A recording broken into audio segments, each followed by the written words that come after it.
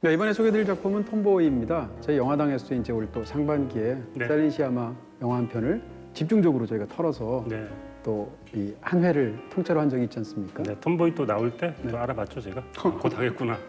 워낙 또 좋아하는 저희 감독이기 때문에 또 좋을 게 분명하기 때문에 안 보고 있다가 이번에 봤습니다. 네, 신작이 이제 가장 궁금한 감독 중에 굉장히 탁월한 감독 중에 한 명이죠. 셀린 시아마 감독이 사실은 가장 최근 영화가 이제 저희도 소개해드렸던 방금 전에 말씀드렸던 타오르는 여인의 초상인데 이 영화를 좋아하시는 분들이 저뿐만 아니라 굉장히 많았어요. 또 국내에서도 큰 반향을 불러일으키고 그러다 보니까 역수입되는 거죠.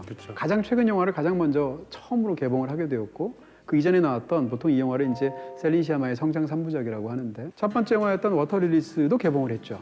그리고 그 이전에 벌써 톰보이를 또 개봉했죠. 그다음에 또 한 편이 개봉을 앞두고 있잖아요. 걸후드까지 3부작을 전부 다 볼 수 있게 됐는데요. 이럴 때 팬들은 너무 행복할 것 같아요. 이 사람의 작품을 보고 감동을 받고 아직 안 본 게 열광을 했는데 이전에 세 편이 개봉이 안 됐어.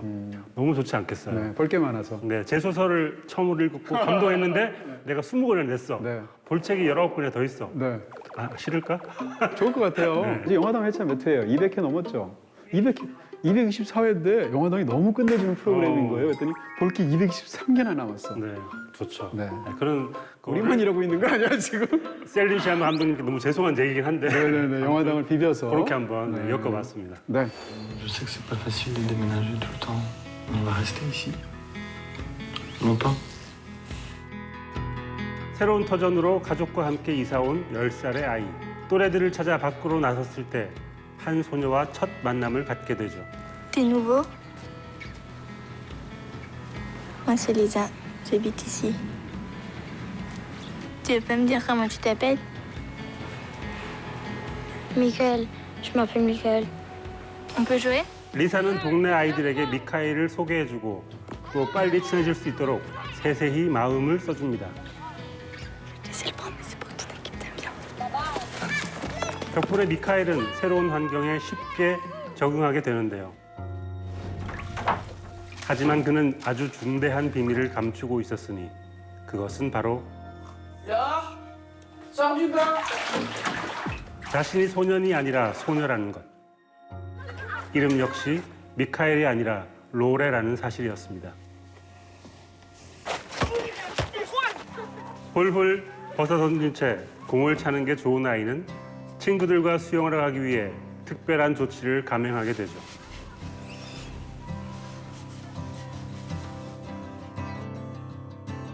그렇게 미카엘이 된 로레는 친구들에게도 인정받고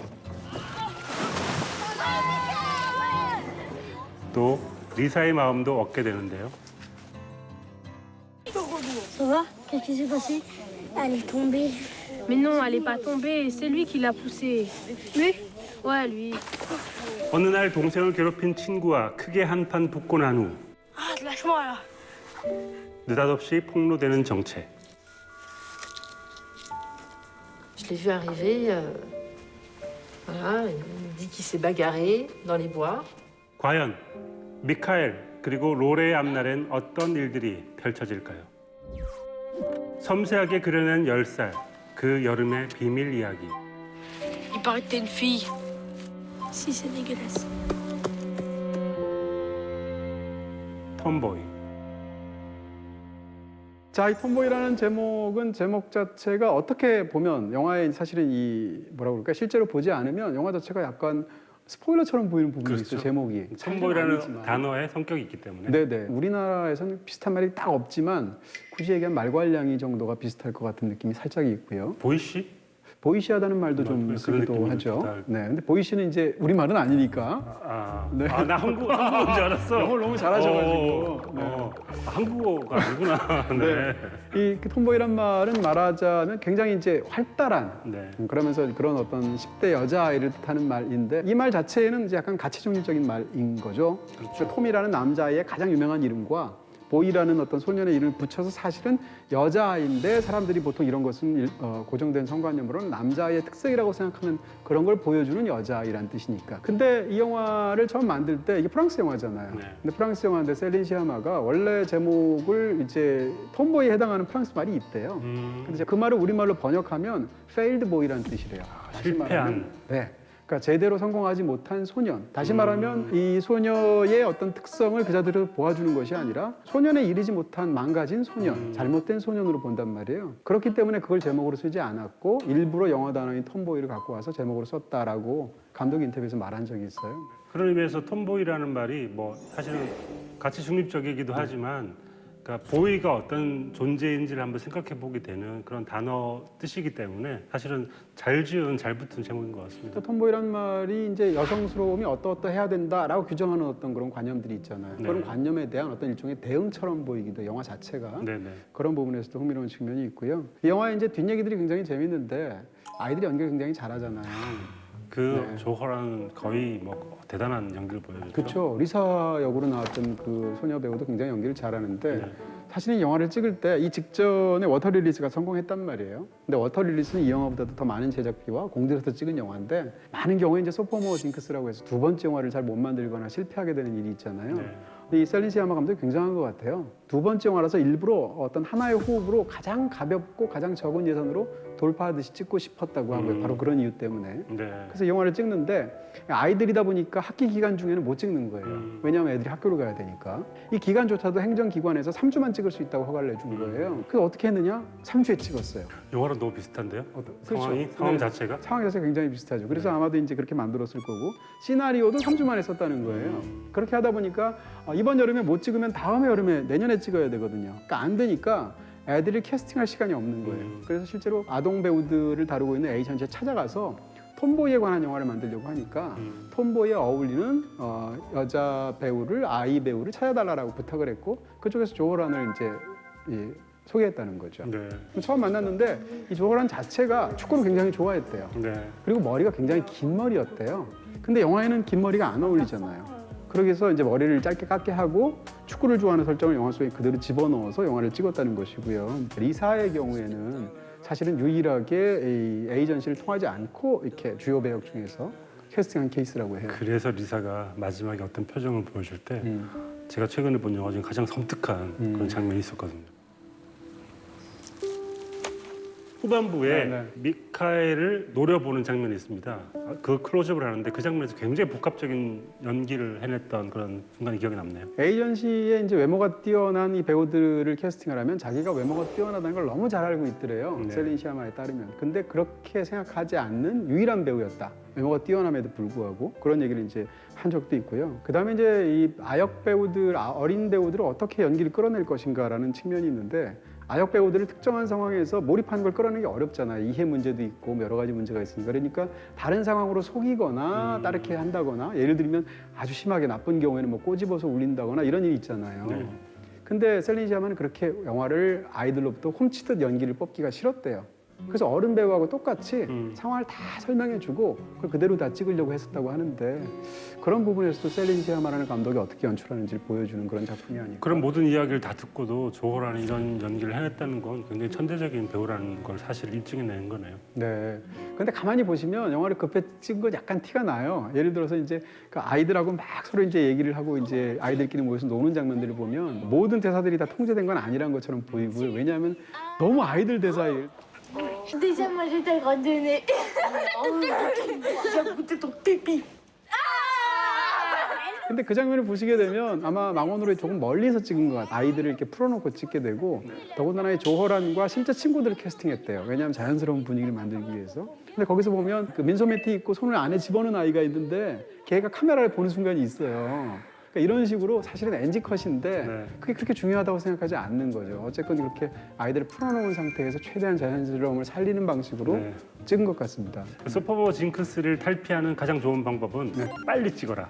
빨리 넘어가라. 네. 그러면 징크스가 없게 된다라는 걸 입증해낸 셀린 시아마의 지혜가 보이는. 굉장히 강한 사람인 것 같아요. 창작자로서. 네. 그런 생각들을 다시 하게 됐고요. 자, 어쨌건 이 영화에서 애초에 셀린 시아마의 아이디어는 소년인 척하는 소녀. 이것 자체가 영화의 핵심 아이디어였다고 하고요. 네. 셀린 시아마 스스로가 자기의 이 나이 때 10대 초반 시절을 생각하면 어른들이 자랑을 하고 생각할 때는 10대 초반의 나이가 굉장히 순수하고 아름답고 이렇게만 생각하지만 사실은 그때 그 나이가 아이 입장에서는 굉장히 관능적이기도 하고 또 굉장히 또 이렇게 불안정한 시기였다는 것을 네. 자기가 기억한다는 거죠. 그래서 그런 감각을 영화 속에 네. 넣고 싶었다는 얘기를 해요. 영화 속에서 로레와 동생인 잔이 얘기를 나눌 때 책을 읽어줄 때 정글북을 읽어줍니다. 모글리를 모글리. 읽어줍니다. 왜 모글리 정글북이었을까? Mowgli écarquilla les yeux et resta bouche bée. Les buissons s'écartaient. 모글리는 이도 저도 아닌 존재거든요. 늑대가 이름을 지어줬지만 인간인데 그 사이에 있는 사람이잖아요. 어쩌면 이 영화는 성징이 드러나 있지 않은 남자이고 싶지만 여자이고 싶기도 한 어떤 두 존재를 사이에 두고 가만히 있는 한 사람의 이야기이기 때문에 그 정글북 모글리 얘기를 했던 것 같아요. 네. 이 영화는 이제 구구절절 스토리의 설정을 설명하지 않는데 추측은 할 수 있는 것 같아요. 그런 부분에서 굉장히 흥미로운 측면이 있는데 일단 영화의 첫 장면이 굉장히 이제 은유적으로 찍혀 있잖아요. 네. 아마 도시에 이전엔 살았던 것 같고 시골에 있는 또 다른 학교로 이제 이사를 가는 거죠. 그리고 전학을 가는 거죠. 선루프를 밖에 놓고 이제 바깥에서 그 바람의 어떤 느낌 같은 걸 손이나 이 얼굴로 느끼는 장면이 나오는데 이 영화에서는 육체의 감각이 굉장히 중요하거든요. 자기 몸에 대한 발견이 중요하다는 측면에서 그 장면이 일단 중요하고요. Ça va là-haut? Ouais. 그리고 나서 이제 아빠랑 사이가 굉장히 좋잖아요. 그러니까 무릎에 앉히고 아버지가 약간 운전을 가르치는데 얘가 운전을 할 때 방향을 가려고 하면 아버지가 계속 틀렸다고 말을 해요. On reste à gauche. Non, tu restes à droite. 다시 말하면 이 여기서는 이제 아이가 말하자면 운전하는 법을 배우는 그런 이야기라는 측면에서 성경 영화일 거고요. 또 한 가지는 아버지인 어른이 이야기하는 방향과 얘가 가고 싶어하는 방향이 다른 거죠. 이런 것들이 아까 말씀하신 어떤 성 정체성이나 성 지향성에 관한 문제 혹은 아이의 미래에 관한 문제하고도 관련이 돼 있을 것이다. 네. 이렇게 생각할 수 있고요. 그 장면 후반부에 그 결국에 아버지가 핸들을 맡기죠. 네가 혼자 한번 운전해봐라고 핸들을 딱 쥐어줬던 그 순간이야말로 아버지와 이 롤의 관계를 보여주는 장면이었던 것 같습니다. 이럴 경우에 이제 부모 입장에서는 그 아이와 관련해서 당혹스러운 순간들을 만나게 되고 실제로 영화의 후반부 부분 굉장히 가슴 아픈 네. 부모 자식 간의 어떤 장면들도 나와요. 이 부모도 그냥 뭐라고 그럴까 자기 나름대로는 굉장히 사력 있게 행동하려고 사실은 노력한 것으로 보여요. 왜냐하면 영화에서 보면 이사를 했는데 왜 이사를 하게 됐을까라는 상상을 할 수 있어요. 아마도 이사 오기 전에 그 도시와 관련해서 이 로레와 관련된 어떤 문제가 학교에서 있었을 거예요. 네. 그래서 갑자기 이사를 결정하게 됐고 그런 부분에서 영화의 초반부를 보면 둘째 딸하고 엄마는 미리 거기에 가 있고 아빠랑 이 로레는 나중에 들어간단 말이에요. Alors cette maison, Elle est bien, elle me plaît. aussi elle me plaît. 왜 나중에 올까? 이사 문제하고 직장 이직 문제가 해결이 안 됐기 때문이죠. 갑작스럽게 어떤 일이 생겨서 이런 제 상황을 볼 수가 있는 거고요. T'es obligé d'y aller demain? Ouais, je suis obligé d'y aller demain, mais 집에 갔는데 보면 둘째 딸 방은 핑크색으로 다 벽지부터 시작해서 옷까지 다 발라놨는데 첫째인 로레 방은 파란색으로 했단 말이에요. 엄마가 왜 파란색으로 했을까? 사실은 아이를 달래고 싶었을 거예요. 아마도 이 아이는 성 정체성과 관련해서 이 도시에서 어떤 일이 있었을 것이고 이게 아이한테 상처가 됐을 거 아니에요. 그리고 이제 여자아이는 핑크색이라는 그런 고정관념에서 자꾸 벗어나려고 하니까 그걸 사실은 인정해준 측면이 있는 거죠. 그다음에 아이가 굉장히 머리를 짧게 깎았음에도 불구하고 그 헤어스타일을 고수하도록 엄마가 인정을 해줘요. 이것 자체가 사실은 부모가 사력 있게 자기의 아이를 케어를 하려고 하는 거죠. 네. 근데 이 부모가 몰랐던 게 있어요. 이 아이가 단순히 옷을 그렇게 입고 그다음에 단순히 뭐 스타일을 그렇게 하고 약간 좀 말괄량이처럼 행동하는 정도라고 생각했지 이 아이가 성 정체성이나 성 지향성에서 심각하게 흔들리는 상황이라고 생각을 못했어요. 바로 그렇기 때문에 중간에 보면 당신의 아들이 우리 아이를 때렸다라고 이웃집 여자가 와서 항의를 할 때 당신의 아들이라고 지칭하는 존재가 로레라고 상상을 못해요. Je comprends pas. Il m'a dit que c'est votre fils qui avait fait ça. Je pense que vous faites erreur. C'est lui. Michael. Viens ici. T'as dit à tout le monde que t'étais un garçon? 부모 입장에서 보면 굉장히 또 이 영화가 다르게 보이는 부분들도 있을 겁니다. 네, 중간에 그런 장면도 있죠. 네가 마음껏 뛰어놀 수 있게끔 열쇠를 줄 테니 열쇠를 가지고 다녀라고 네. 핑크색 줄로 된 열쇠를 주니까 바로 와가지고 네. 신발끈을 풀어가지고 하얀 신발끈으로 목걸이를 하는 장면이 있습니다. 네. 그러니까 그게 어쩌면 엄마가 바라는 엄마는 인정해주고 싶었지만 그래도 핑크색을 줬을 때 그것까지 거부하는 로레의 모습을 보여줬다는 것 같고요. 네. 그렇게 이 영화에서는 사실 색깔이라는 게 굉장히 중요한데 중간에 보면 빨간색 안 입는 여자아이용 원피스용 수영복이 있단 말이에요. 그렇죠. 그것을 잘라서 남자아이용 수영복으로 만드는 게 있어요. 그런 장면들도 지금 말씀드렸던 그런 그 연장선상에서 있는 것들이고요. 네. 그 영화가 일일이 설명하지 않지만 영화를 다시 이렇게 잘 이렇게 짚어보시면 이 아이의 마음을 다 그대로 상상할 수 있습니다. 네. 예를 들면 축구를 너무 좋아해서 같이 하고 싶은데 축구를 못 해요. 이유는 뭔가 하면 우통을 벗게 되면 혹시 자기의 몸이 다르기 때문에 다르게 보이지 않을까라고 생각해서 처음에는 거절을 하죠. Tu joues pas? Non, j'aime bien regarder. 그 집에 가가지고 우통을 벗은 상태에서 거울을 자세히 보니까 이 정도면은 남자아이들하고 큰 차이가 없는 것 같거든요. 그리고 다음날 나가서 이제 같이 어울리게 된다거나 수영도 처음엔 거절하려고 하죠. 그러다가 이제 집에 가서 이제 가짜로 이제 뭔가를 만들어서 그것을 이제 해결한 다음에는 또 이제 하러 가잖아요. 이런 식으로 이 아이가 거의 말을 하지 않지만 각 단계마다 무엇을 걱정하고 무엇의 기쁨을 느끼는지를 사실은 다 보여주는 그런 굉장히 섬세한 화법을 갖고 있어요. 네. 그러고 보니까 오늘 다루는 두 편의 영화가 네. 아까 제가 잠깐 아이의 거짓말에 대한 얘기를 했었는데 네. 사실 이 영화도 로레의 거짓말로 시작되는 이야기거든요.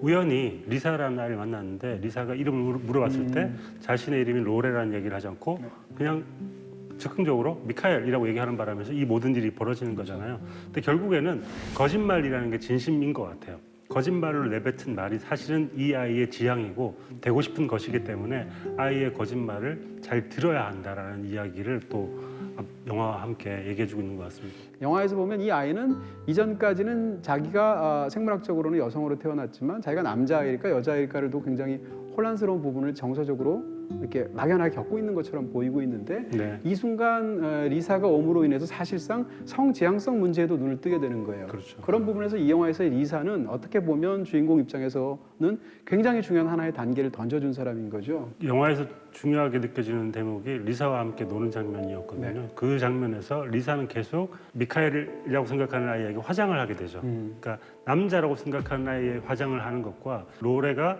미카엘처럼 되고 싶어하는 그 사이에서 혼란스러워하고 결국엔 화장을 한다는 건 가면을 쓰는 거잖아요. T'es bien, fille.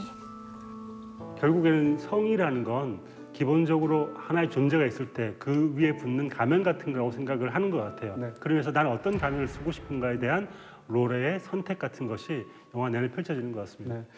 그래도 이제 영화를 다 보고 나면 감독이 이 영화는 결국 뭐야, 얘는 뭐야 라고 말하지는 않는 것 같아요. 네. 영화가 일부러 그것을 굉장히 열어두는 것 같고요. 실제로 이 셀리시아마 감독이 그런 얘기를 했어요. 만약에 이성애자인 여성이 이 영화를 보게 되면 아, 내 어린 시절의 얘기하고 똑같아 라고 생각할 것이다. 네. 그리고 만약에 트랜스젠더인 사람이 이 영화를 보게 되면 아, 맞아, 내 어렸을 때하고 똑같을 것이다 라고 느낄 거라는 거예요. 그러니까 이 영화의 자체가 어떤 한 가지로만 받아들이지 않도록 그렇게 영화를 만들었다는 뜻이고요. 네. 실제로 영화가 그런 부분들이 있는 것이죠. 네, 이 영화에서 이제 좋은 장면 굉장히 많은데 사실은 이 영화가 사실은 영화를 굉장히 역동적으로 찍고 하나하나 장면들 다 일일이 세심하게 이렇게 하기보다는 어떤 에너지를 살리는 쪽으로 찍었거든요. 근데 안 그렇게 찍은 장면이 네. 너무 잘 보이는 장면이 하나 있어요. 그래요? 힘들어서 찍은 네. 숲속의 장면인데 아, 그 원피스를 벗어놓고 가는 그 장면. 장면인데 네. 그 장면을 보면 카메라의 워크나 어떤 인물 동선이라는 걸 정교하게 이렇게 계산한 장면이거든요. 아이가 굉장히 낙심해 있고 강요받은 파란색 원피스를 입고 있고 그 나무에 앉아 있다가 카메라가 그 아이를 벗어나서 이렇게 위에 무성한 나뭇잎을 벌리고 보여주고 다시 내려오면 벗어놓은 그 원피스가 걸려 있고 아이는 가는 뒷모습을 보여주는 장면인데 네. 이 장면이 보여주는 건 명확하죠. 그러니까 이것은 굉장히 자연스러운 일이라는 것이고 그런 상황 속에서 강요받은 어떤 것을 하는 아이의 어떤 어려움이나 그럼에도 불구하고 그것을 벗어놓고 가는 아이의 의지나 이런 것들을 굉장히 서정적으로 보여주는 그런 인상적인 장면이죠. 저는 그 장면이 아름답고 슬프기도 했는데 그 다음 장면이 너무 또 무서운 장면이 바로 이어지잖아요. 맞아요. 그러면서 그 두 개의 장면이야말로 맞아요. 이 영화의 또 하이라이트였던 것 같고요. 굉장히 폭력적인 장면이죠. 네. 네. 최고의 한 줄은 또 오랜만에 유머를 가지고 왔습니다. 네. 이 영화에 웃을 일이 별로 없긴 한데요. 그나마 가장 귀여운 존재인 네. 잔의 얘기를 안 할 수가 없습니다. 연기도 너무 잘해요. 연기 너무 잘하고 네. 전 주인공이 잔 같았어요. 초반에는. 더 보고 그래서 싶어요. 네. 정말 귀여운 아이인데 네. 이 아이가 엄마한테 그러니까 자신의 동생을 뱃속에 가지고 있는 엄마한테 선물을 합니다. 파스타 목걸이. C'est quoi ce truc? C'est Jeanne qui l'a fait. Elle l'a fait toute seule cet après-midi. C'est joli, non? Ouais. Ça me fait rien si tu veux. Et toi, qu'est-ce que 자기가 좋아하는 파스타를 이어가지고 그 파스타에 골을 끼워가지고 목걸이 선물하는데 일단 그 파스타 목걸이 존재가 너무 귀엽고요. 그게 일단 저한테 최고의 한 줄이었고. 네.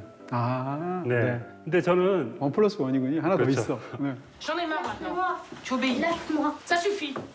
Jeanne, arrête. Laisse ta sœur. Lâche ce bras. Non. Ça suffit, tu viens maintenant. 그러니까 잔이 실에 차 있는 로레의 등을 두드려줍니다. 그러다가 스무고개를 해요. J'en ai un. C'est une femme? Non. Un homme? Oui. On le connaît pour de vrai? Non.